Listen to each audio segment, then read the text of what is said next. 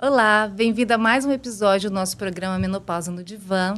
E no episódio de hoje eu conto com uma querida amiga, que eu posso dizer assim. Sim, também, uma honra. Profissional de excelência, que é a doutora Júlia Carminati, que é psiquiatra aqui em Vitória. Sim. E para convidá-la para conversar um pouquinho, porque a proposta nossa, Júlia, é um bate-papo sobre esse tema, que é uma fase na vida feminina, que é uma grande fase, é o climatério, né? E a menopausa. E como é que você pode trocar uma ideia boa aqui com a gente? Bem-vinda! Que delícia! Estou muito honrada de estar aqui e é gostoso mesmo. Já fui bem recebida nesse momento realmente de amizade, de afeto. E desse projeto entre mulheres, né? Então, acho que ninguém melhor do que nós para estarmos nesse ponto, para poder dividir tantos saberes e sentires e experiências também, né? Porque cada um tem uma experiência distinta, essa singularidade, né? Que a psicanálise fala tanto, acho que na mulher ainda mais. A gente tem descoberto isso agora, né? E é um espaço de trocas, né? Eu fiz questão de convidar mulheres interessantes, inteligentes e com muita bagagem a respeito do cuidado com outras mulheres. Sim. E aí eu queria te ouvir desse ponto de vista, que é do cuidar das mulheres nessa faixa etária ou nessa experiência do climatério, Júlia. Sim. Quando você me propôs, eu fiquei pensando muito, né? Você teve uma fala que eu fiquei... A partir daí, fui avançar mais nas pesquisas. Mas você trouxe, Júlia, como que a menopausa ou a precoce... a gente tem um período de menopausa entre 45 e 55 anos, que é o padrão estatístico, digamos assim. Mas como que a menopausa precoce, ou uma menopausa que é atípica, que é individual, e aí por cargas genéticas, eu imagino que isso já esteja um tanto quanto falado, mas o quanto que gera pudor. E aí, como psiquiatra, essas sutilezas da emoção aparecem muito no consultório, né? E aí, o quanto que há muita culpabilização, o quanto que há um certo tipo de punição, de autopunição no registro, né? De perceber que esse corpo, de alguma forma, já não responde mais como se reconhecia. Então, um certo estranhamento do próprio corpo. Sim. E aí, ao invés até de pensar nesse projeto, né? De estar acompanhando os hormônios, de entender como é isso, a maior parte das mulheres, pelo menos no consultório, tende a se autorresponsabilizar de uma forma culpabilizante. Eu acho que isso é o maior ponto de início, inclusive, dos grandes desenvolveres de alteração de saúde mental, que a gente entra mais no campo de um padrão de ansiedade maior e o quanto que os padrões de depressão, nesse período de perimenopausa, até antes do climatério, que começam a aparecer com uma intensidade bem grande. E, assim, eu fico pensando que como há alguns mecanismos, que eu acho que são mecanismos psíquicos, mas eu acho que também há muito preconceito, muito tabu em torno dessa fase, né, da vida de uma mulher. Eu queria perguntar para você, porque às vezes isso não é imediatamente ligado à questão do climatério, sim, e às vezes uma insônia, uma irritabilidade ou uma falta de disposição para a vida, se isso acaba batendo no consultório do psiquiatra como um evento exclusivamente de saúde mental, e a gente sabe que a coisa não é bem assim, mas nesse caso, Júlio, se às vezes uma consulta com um gineco ou um check-up dos exames de sangue hormonais, às vezes já ajudariam, mas que por conta desse tabu, desse pudor, acabam batendo aí no seu consultório. Isso. Não, esse é o maior ponto de alguma forma, de uma certa confusão, assim. Claro, a gente tem acho maravilhoso que ampliamos muito o saber e as informações de saúde mental. Se a gente for pensar antes, a gente nem falava isso. Então, fadiga é porque é assim mesmo, é por conta da idade. Então, meio que tu se vira, assim, é o que se falavam para as mulheres antigamente, né? Você já passou, tu tá na tua fase de sentir cansaço, como se fosse uma coisa natural, né? Sim. E aí ampliou bastante esse recurso da gente poder falar de saúde mental. Então, as pessoas sabem identificar melhor hoje o que é ansiedade, o que é, talvez, alguns indicadores de depressão, de tristeza. Só que o cuidado exatamente nessa fase da mulher, e eu tendo a achar que são todas as fases da mulher, porque muito recentemente a gente entende melhor o que é um ciclo de funcionamento hormonal, o que é cada semana de um mês na mulher, que é diferente, né? Se a gente falar isso dentro do registro padrão do ciclo menstrual, imagina quando a gente está chegando perto da menopausa, que as coisas fogem um pouco desse padrão esperado. Então, acontece muito essa confusão de chegar entendendo que, puxa, será que eu estou deprimida? Júlia, mudou muito o meu padrão de bem-estar, eu já não consigo mais ter energia para fazer exercício, eu era uma pessoa ativa, eu estou abrindo mão de alguns compromissos, eu tenho um padrão mais de isolamento social, assim, né? As amigas chamam, ou tinha uma vida social que era mais intensa também, e aí vai se recluindo um pouco mais, às vezes até com os próprios filhos, de ter menos energia para o lúdico ou para a brincadeira, e isso acaba caindo um pouco na conta da psiquiatria. Sim. E aí o cuidado dessa consulta psiquiátrica, que é muito de como eu faço, espera lá, então eu preciso de uma linha de vida, uma história da vida dessa pessoa, e se eu não me comprometer em pesquisar possíveis variáveis hormonais, não só hormonais ou bioquímicas, ou até dentro de uma alteração de ferro, que a anemia também pode ser bem comum nessa época, até por sangramentos alterados, eu passo por um ponto de medicalização meio inadequada, porque eu vou medicar algo que está sendo alterado pela parte bioquímica, né? Uhum.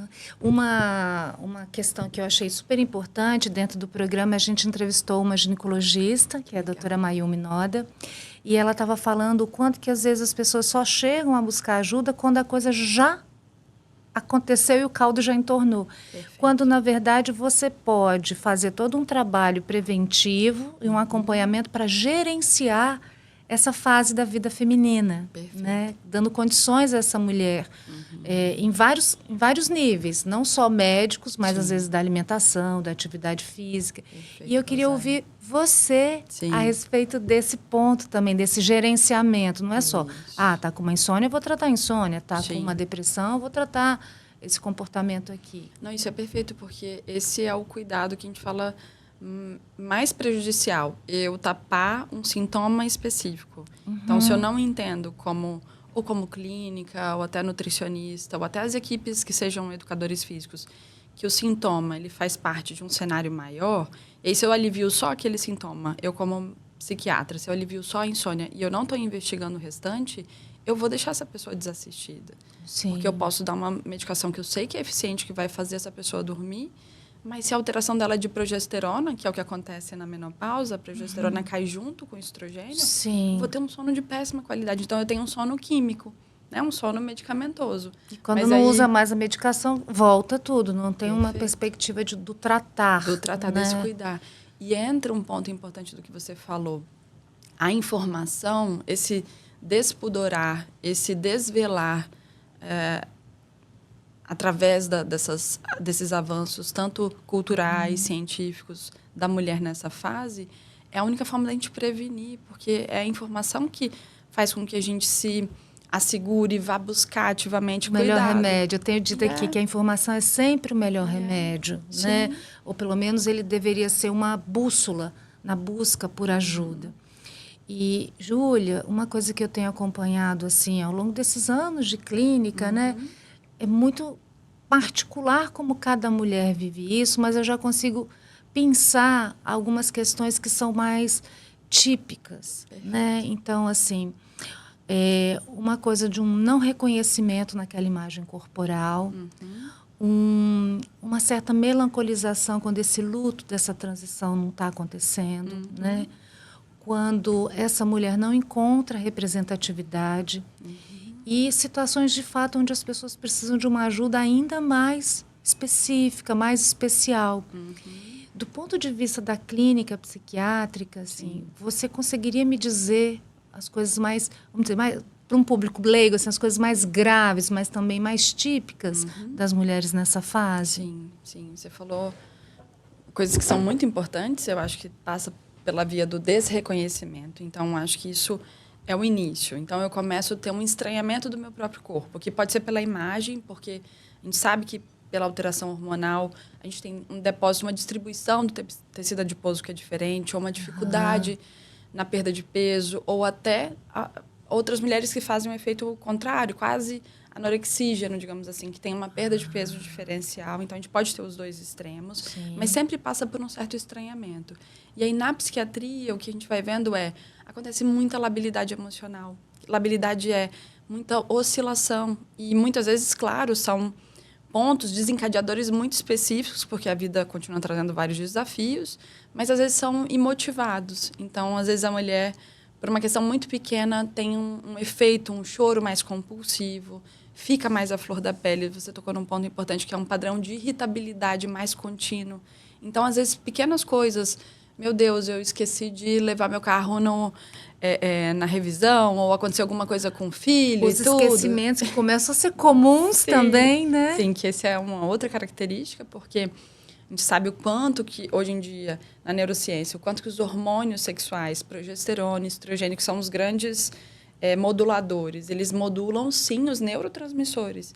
Então, não é só uma questão ovariana e na região genital. A gente está falando de um sistema. Então, se eu perco esses 2 hormônios que são o que vão tocar o ritmo dessa banda, a gente tem uma alteração cerebral que acompanha completamente. Então, eu vou ter labilidade, oscilação emocional, eu vou estar mais à flor da pele, irritabilidade. Aí eu tenho privação de sono, porque o meu sono ficou ruim, então a insônia vem. E aí, com privação de sono, eu fico muito mais distraída durante o dia. Isso. E aí, distraída, eu vou tendo mais esquecimentos, porque também na fixação de memória, que é uma outra função cerebral, eu vou ter um prejuízo, não vai ser com tanta qualidade como antes. Então, só a partir daí eu já criei um cenário onde, de alguma forma, eu acabo invalidando um pouco o meu funcionamento produtivo. E aí entra um pouco daquela frase que a gente falou quando tu me convidou também, né?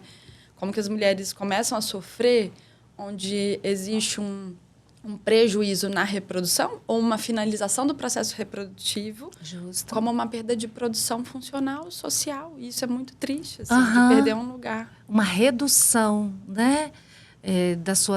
A transição mesmo da vida reprodutiva para a não reprodutiva, ela tende a estender isso como se ela ficasse improdutiva em todos os setores da sua vida. Perfeito. Quando a gente vai acompanhando as mulheres da nossa geração, que estão aí com 48, 50, 52, 54, que é o período mais ou menos comum da menopausa, as mulheres estão no auge das suas carreiras. Isso. Né, Júlia? Eu vejo mulheres que, então, nessa fase, os filhos estão finalizando o ensino médio, indo para a faculdade. Elas têm mais tempo, às vezes, para cuidar delas, têm até mais tempo, às vezes, para poder ir fazer uma caminhada, fazer uma atividade física e cuidar melhor desse corpo. Sim. Então, ainda é uma... Eu acho que ainda é um aprisionamento do lugar da mulher, ainda muito atrelado à questão da maternidade e da função reprodutiva. Perfeito. Embora a gente saiba que isso tem efeitos no psiquismo, Sim. mas são gerações que estão chegando justamente para desconstruírem, reconstruírem e inventarem uma nova forma, um novo olhar, não é? E isso é bonito que você falou, de inventar mesmo, porque talvez eu sinto como estivéssemos vivendo aquela sensação de todos os tempos num momento só, né? Então, eu tenho pessoas em vários tempos diferentes. Então, mulheres 60 a mais que já passaram pelo período mais grave do climatério e talvez foram furtadas da possibilidade de ter uma terapia de reposição hormonal, por exemplo, porque na época o medo do câncer de mama era absoluto, até porque não tinha esses estudos mais longos. Hoje em dia a gente sabe que não é toda mulher que tem risco, né? Mesmo tendo um caso de câncer na família, não necessariamente isso é impeditivo para uma terapia de reprodução. Então era meio que uma sentença. Então, 60 a mais, tu não pode repor hormônio, então tu aguenta aí o climatério do jeito que você conseguir.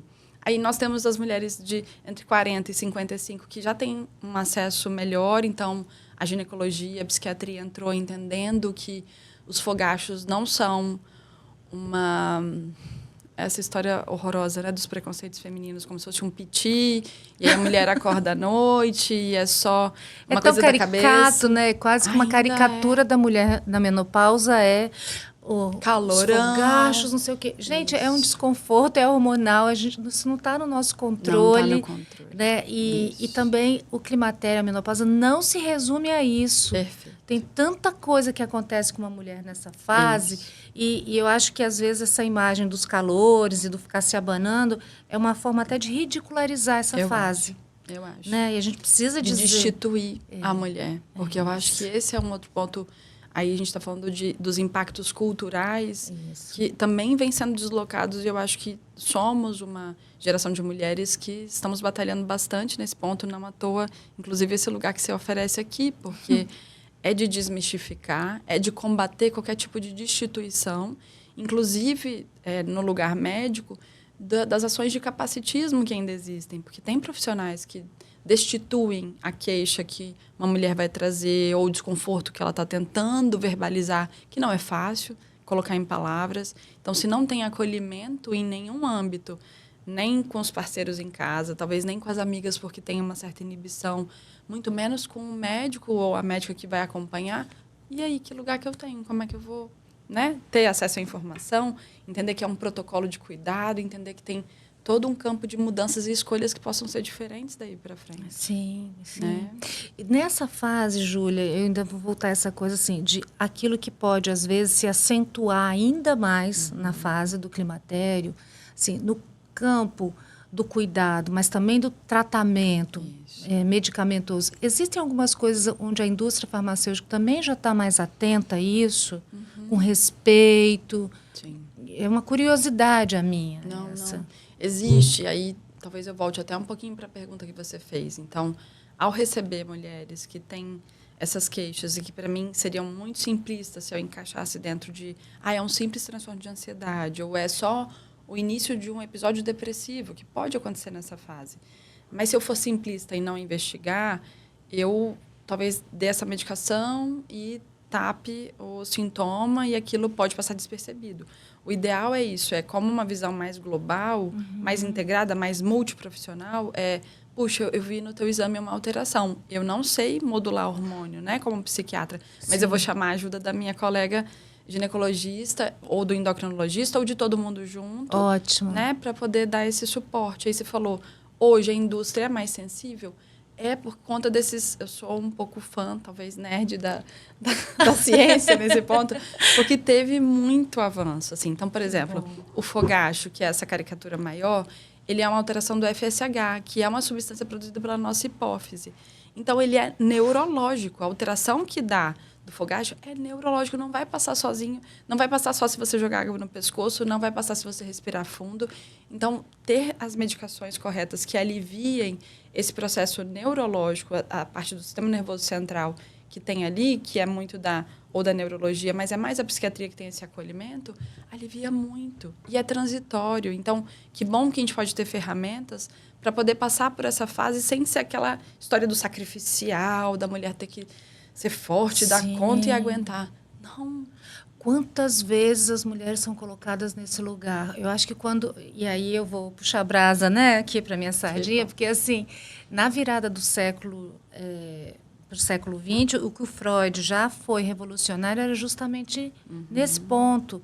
E não é à toa que a psicanálise surge justamente com as mulheres. Assim, aquilo que, às vezes, era encaminhado para as clausuras dos hospitais psiquiátricos e tal, que era classificado como uma histeria, mas num sentido muito mais de desqualificação.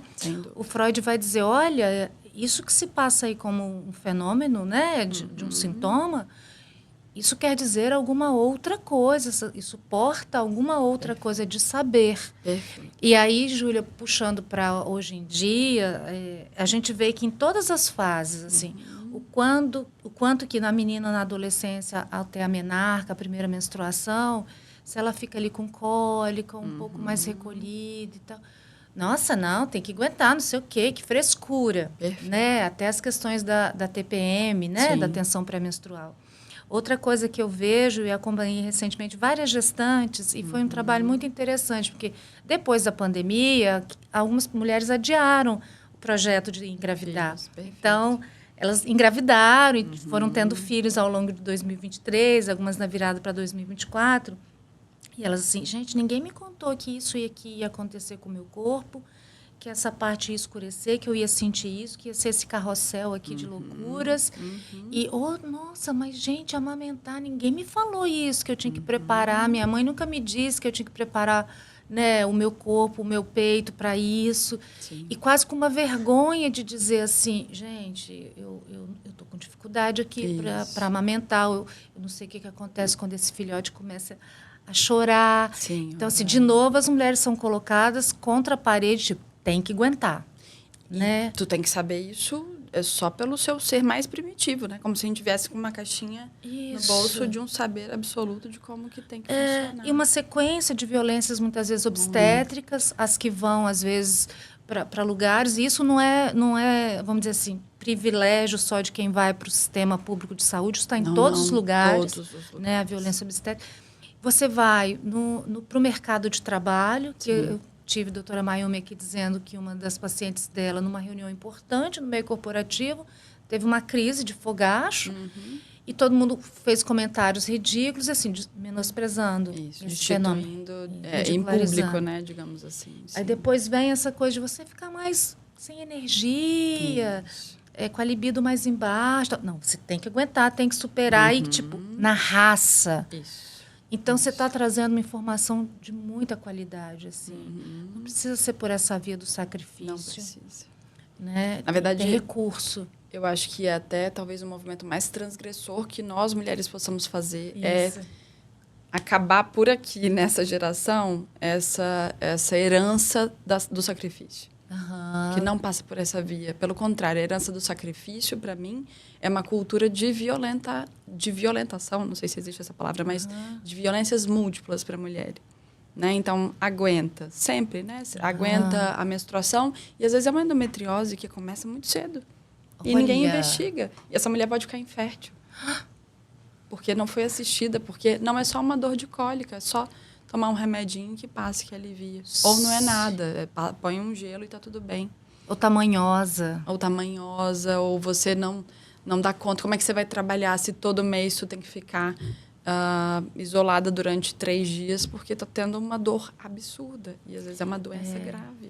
Júlia, e você me dá elementos para pensar uma coisa que eu venho insistindo, é uma ideia muito da Rosane, assim, pensando, que a gente luta muito pela igualdade, né, de oportunidades e tudo. Sim. Mas eu acho que tem uma luta tão importante quanto, que é uma luta pela nossa diferença, por respeitar as diferenças de ser mulher, de ter um corpo feminino, né? Então, a gente quer, sim, igualdade de oportunidades e tudo, mas eu acho que tem uma luta importante, que é um respeito, uma validação dos processos que são exclusivos das mulheres. Esse saber que é nosso. Sim. Né? E que talvez onde chega-se nesse lugar que a gente vai falando dessa destituição crônica ou dessa violência crônica, é que eu aprendo que eu não sei do meu corpo.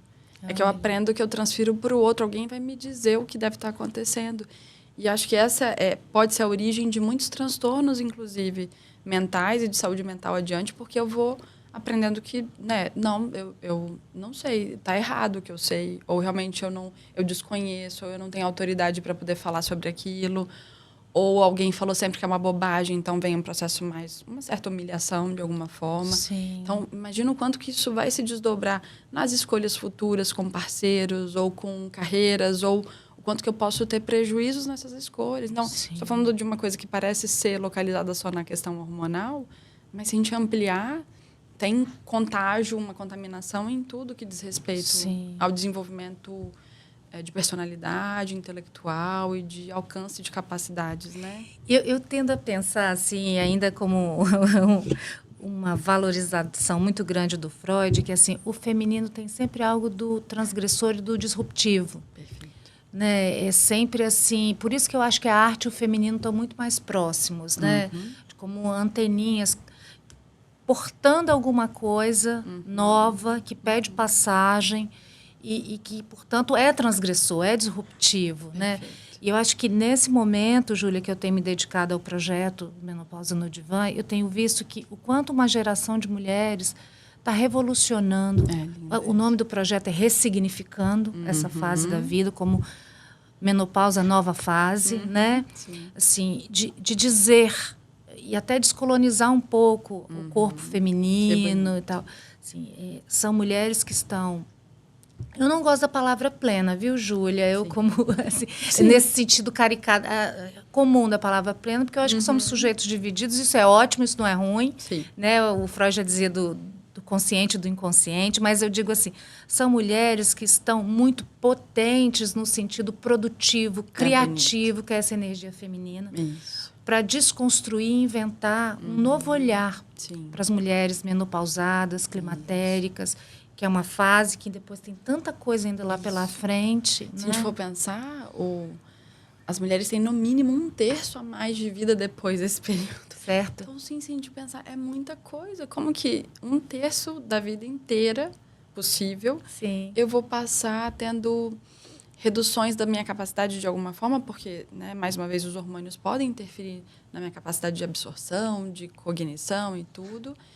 E, mais uma vez, tendo que aguentar. E também entra uma questão que vale dizer, nesses adoecimentos que são mais graves, dentro da psiquiatria e da neurologia, é que mulheres que muitas vezes têm níveis de estrogênio muito, muito baixo, ou não puderam fazer, ou não fazem a recuperação hormonal, de terapia de recuperação hormonal, ou a proteção psiquiátrica em conjunto, tem um risco aumentado de demências, né? De um risco maior de ter um processo de neurodegeneração, porque a gente está em falta de um elemento que é primordial, que é neuroprotetor.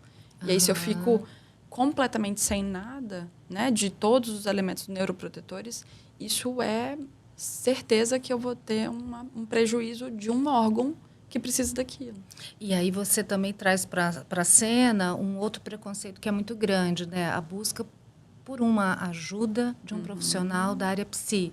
Sim. Seja o psiquiatra, o médico, que é tão importante, seja um psicólogo, um psicanalista, perfeito, né, Júlia? Perfeito. E se a gente tem uma perspectiva, assim, né, de vivermos muito mais, o quanto que esse trabalho ele é necessário, né, para garantir, porque eu gosto assim, não adianta só viver muito, a gente precisa viver muito, mas com qualidade, com autonomia, né, com dignidade. Isso. E aí eu acho que o campo da psiquiatria está também conseguindo sair um pouco dessa sombra do preconceito. Sim, e até voltando no que você disse, que eu talvez tenha esquecido de comentar, mas a psiquiatria carrega em si uma história muito trágica, né, do jeito que tratou sempre as mulheres. E acho que é nessa geração que vem a minha e as subsequentes que a gente vem mudando muito esse ponto, né? De ter uma escuta, uma fala, uma validação, porque precisou de muitos mecanismos para a gente comprovar o que as mulheres já sabiam a vida toda, né? Sim, esse saber próprio. E agora não dá para a gente deixar passar nada. É toda ferramenta que tiver no alcance para poder ser útil, para poder gerar proteção, para poder gerar bem-estar, é isso que causa longevidade. Tanto os estudos de longevidade, né, que são não sei se você já ouviu falar naquelas blue zones, áreas azuis, que são... Não, me conta. Fiquei curiosa agora, Júlia, me conta. É um estudo que tem de longevidade, porque que algumas regiões do mundo têm as pessoas mais longevas que existem, né, acima dos 100 anos para mais, mas não 100 anos só por uma questão de estatística etária, mas vivendo muito bem. Né? O que nessas comunidades existem? E aí tem pontos específicos do mapa, assim, tem na região da Sardenha, da Córcega, ali do Mediterrâneo, tem no Japão, tem em regiões até amazônicas, o último estudo fala que tem grupos indígenas que têm, né, uma qualidade de vida muito legal e diz respeito muito ao senso de comunidade, dessas pessoas terem autonomia até o último momento da vida, então estar em atividade, não só fazendo uma simples e mera palavra cruzada, eu estar vivo, eu estar atuando em comunidade, eu continuar sendo convocado em comunidade pra, né, diante do meu saber, diante do meu ofício, muitas vezes. E, claro, aí são os valores que são mais que necessários. Um padrão de exercício físico que nem é tanto só... A musculação é muito maravilhosa, mas não só isso, mas de atividade contínua, de uma alimentação que seja equilibrada, sem tantos conservantes e industrializados, e dos afetos. Então, isso dá muita longevidade. Então, até para a gente sentir, como mulher, depois que a gente tem um prejuízo hormonal, eu preciso de suporte, seja de uma medicação da psiquiatria, se eu estiver com sintomas mais depressivos, em conjunto com uma reposição hormonal, se for possível, dentro do profissional específico, mas sabendo que eu tenho acesso, que hoje em dia é possível ter acesso a isso. Eu te falei, acho que nos bastidores, ou no início da nossa conversa, que um dos meus propósitos com a criação do podcast, subir para o YouTube, para o Spotify, é assim, que esse convite a profissionais sempre de um nível de excelência, né, como cada um que tem passado por aqui, é que a gente possa democratizar o acesso a essas informações, acreditando que a informação é o melhor remédio. Sim. Então, dentro do programa, eu quis primeiro convidar, assim, uma mulher menopausada que passou por uma transformação importante, né? Convidei a doutora Mayumi, da ginecologia, que é, né, importante isso falar disso. Você, a questão da educação financeira, tendo essa história de longo prazo, né, não só para sobreviver, mas para viver com autonomia. E tem também uma outra etapa, que é convidar um preparador físico, um educador físico e uma nutricionista. Porque, às vezes, a gente fica pensando que, para isso, a gente precisa ter muita grana para fazer. E eu acho que a história, por exemplo, dentro da nutrição é assim, descasque mais, desembrulhe menos. Sim. Isso está acessível. Isso. Né? Não posso ir para academia, não sei o quê. Gente, vamos trocar, então... sei lá, descer um ponto... Escada. Ou às vezes quem pega transporte público, desce um ponto ou dois antes da casa. Perfeito. Quando já está voltando para casa, nesse lugar que é um calorão danado, você já não precisa chegar tão arrumadinho. Sabe? Tantas coisas. Então, assim, a ideia do programa é a cada vez trazer um profissional de excelência para dizer para quem está escutando a gente... E principalmente para as mulheres, mas não só, porque a gente precisa contar com os filhos... Com os pais, às vezes, que já estão entrando numa terceira idade, com os parceiros, para quem tem relações, né, heterossexuais, mas com quem está no entorno, nos afetos, o mercado de trabalho, assim, informações de qualidade para a gente transformar esse momento da vida. Né? E inventar, e eu acho que eu gosto da palavra que você usou, inventar um novo e um próprio, porque vai ser sempre muito singular, né, o alcance de 100 menopausas, né, no plural, porque realmente cada uma é uma, mas talvez no que é mais, não por uma via reducionista, mas no que é mais bioquímico ou dentro desse lugar médico possível, ele está em alcance para todas. Então, isso pode ser um ponto de comunhão, entre aspas, de uma comunidade que pode se beneficiar imensamente desses saberes. E as diferenças vão nas escolhas ao redor, realmente, de como eu vou lidar com todas as complexidades que a gente tem, as funções que a gente faz na vida, que são sempre múltiplas, né? Júlia, você sabe que eu fiquei muito... Estou estudando bastante, né, essas coisas, sobretudo no campo da psicanálise, e tem um trabalho do Freud, a coisa fica quase como uma nota de rodapé num artigo dele, mas que quando a gente vai com esse olhar muito mais...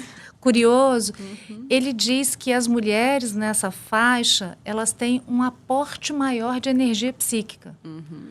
O que é curioso, se a gente pensa que do ponto de vista reprodutivo, há uma queda. Perfeito. E, assim, eu tenho trabalhado um pouco nesse sentido, porque se há um aporte maior de energia psíquica, essa energia ela pode ser investida narcisicamente de formas variadas, saudáveis e às vezes não saudáveis, seja... se submetendo a procedimentos esquisitíssimos para tentar ficar lá naquele corpo que foi o passado, que não é o presente e que nem é ainda uma preocupação com o futuro que está vindo. Ou, às vezes, implodem num curto-circuito, a energia fica tão dentro de si mesma que fazem melancolias e depressões e ansiedades graves. Né? E, às vezes, quadros de não reconhecimento, de despersonalização grande. Mas que quando encontra ressonância e possibilidade de construir um caminho, sempre no uma a uma, isso é revolucionário.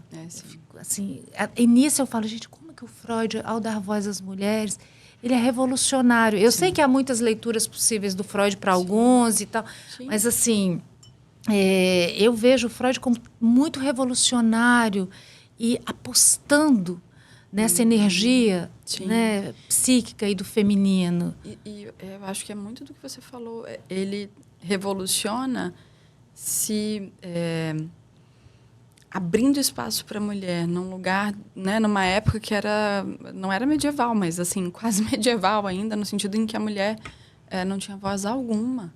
Então ele revoluciona por validar, por dar campo, por dar alcance, inclusive quase ajudando essas mulheres, como se fosse um ensinamento de que é real, elas têm uma vida tão precária que eu entendia que as mulheres quase não entendiam que elas tinham uma vida interna, uma vida própria, uma vida de grandes possibilidades, até porque eram muitas limitações. Então, isso continua sendo muito revolucionário. E talvez você falou dessa potência, né, que agora a gente pode viver em sociedade, em comunidade, é realmente o caminho para a gente quebrar com todos os resíduos, talvez, que são mais resíduos, já não são tão fortes quanto antes. Pelo menos em alguns lugares do mundo, né? A gente Isso. sabe que talvez essa seja uma realidade mais próxima de Da nós. nossa, ocidental. Embora, em alguns lugares do mundo, a gente sabe que isso ainda está muito... E na luta, né? No caminho Isso. ainda, né? Sim. É. Mas é muito bonito isso. E, Júlia, eu acho que a proposta nossa é esse bate-papo e a gente vai se encaminhando um pouco, assim, né, para um fechamento. E eu queria que você pudesse ficar muito à vontade, como Júlia, como mulher, que também é psiquiatra, com uma alma muito artística, que você pudesse ficar à vontade para poder dizer o que você quiser a respeito desse tema. Desse né? tema. Eu gostaria de dizer isso, assim, que nós mulheres, possamos nos autorizarmos cada vez mais nas nossas sensações, validar aquilo que a gente sente com um respeito absoluto, que eu sei que talvez o respeito externo pode estar em construção, mas se nós nos apropriarmos desse saber que já é nosso e a partir disso sermos incansáveis numa busca, né, de mais alívio, de mais qualidade, de mais bem-estar. Não o extremo, como você falou, que a gente também tem mulheres que estão quase, que a gente fala, indo para um lugar de uma distorção muito grande, porque os excessos acontecem, também a psiquiatria vai acolher esse lugar, mas é incansável naquele lugar de saber que só você pode se autorizar a sentir, enquanto o incômodo ainda estiver, busque outros caminhos, não fique aprisionada, não se deixe destituir por nenhum lugar. E é possível cuidar, não tem que se acostumar com a dor, não tem que se acostumar com sofrer, não é uma coisa que a gente tem que normalizar. Isso é sempre um indicador, é um norte, uma bússola que tem algo a ser cuidado em todos os campos. Pela via da psicologia, que é importante a gente ressignificar as escolhas, na mudança social, cultural e interna. Na psiquiatria, com a medicação, que é muito possível de ter neuroproteção. Na ginecologia, que as terapias de reposição estão muito avançadas nesse ponto, isso dá muita qualidade de vida. E acho que nessa leveza do criar, do brincar e do inventar, inclusive do prazer, que o sexo a gente não falou muito bem, mas eu torço que seja, inclusive, mais um ponto para vocês falarem, que é essa liberação sexual, esse ganho de energia não só via intelectual, porque já se somou muito saber, mas inclusive um saber de liberdade sexual também, que é muito importante. Também. E o quanto que as mulheres... Você tocou num ponto muito interessante, Júlia, porque as mulheres ficam muito enquadradas num certo padrão de desempenho, de performance, de encontro sexual, de desempenho sexual, e esquecem que a gente pode reinventar isso, né, no climatério e na terceira idade também, porque as pessoas parecem que acreditam. Então, chegou nessa fase, sei lá, da menopausa e depois na terceira idade, que a vida sexual das pessoas acabou. E não, a gente pode... Pelo contrário, isso estatisticamente falando, como um cientista, mulheres a partir de 50 anos têm a melhor vida sexual que elas já viveram. Me conta Grande isso. parte, Porque isso é estatístico. Doutora Camita Abdo, que é uma psiquiatra especialista em sexualidade humana, os dados todos, Brasil e mundial, eles se convergem. A vida sexual da mulher melhora muito a partir dos 50 anos de idade. E ela consegue... Então, tem esse aporte de energia. Olha, Freud atualíssimo, super contemporâneo. Né? Eu acho que algumas preocupações já não estão mais ali. Essa coisa, vou engravidar, vou não sei o quê. Isso está fora. Corpo e tudo, de pudores e inibições. Então, as fantasias ficam mais possíveis. Talvez até por algumas perdas. Pode ser mais criativo, inclusive, no sexo, porque daí você vai tendo um alcance muito melhor de brincadeiras. Eu gosto da coisa do humor. Eu acho que a minha criança interior é uma grande moleca. Sim, que bom.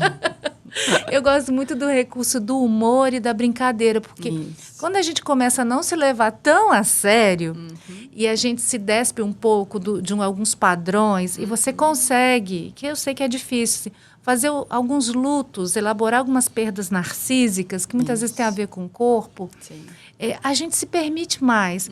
E a gente não quer chegar lá nos 50 mais só super produtiva, criativa, com capacidade intelectual. A gente também quer encontrar parceiros amorosos. Isso. Eu até gravei aqui no estúdio o Amores e Calores. Ai, que lindo. Adorei. Das mulheres nessa fase, né? Assim, porque os calores podem ser direcionados para um outro caminho, Sim, né, Júlia? Isso é legal, ressignificar isso, ficar calorenta em vários pontos, isso é bom. Eu acho isso ótimo.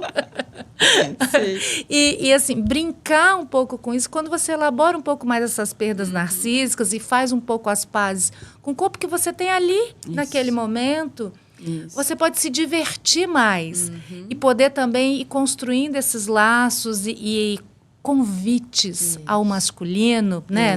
Também ao outro, assim, de poder se permitir, se divertir com essas coisas. Menos né? performance, mais prazer. Adorei. Né? A gente não podia, assim, fazer um encaminhamento melhor do que esse. Menos performance, mais prazer. Menos imagem, mais sensação. Isso. Né, Júlia? Tomar que delícia. Posse do nosso corpo. Isso faz muita diferença. Que linda. Júlia, você, além de uma profissional no nível de excelência, você é uma querida, né? Eu tenho uma relação de muita admiração por você e também de muito afeto. Tá bem. E então, assim, foi um grande prazer. Que bom. Esse bate-papo, embora muito rápido aqui, né? A gente ficaria horas conversando. Certeza.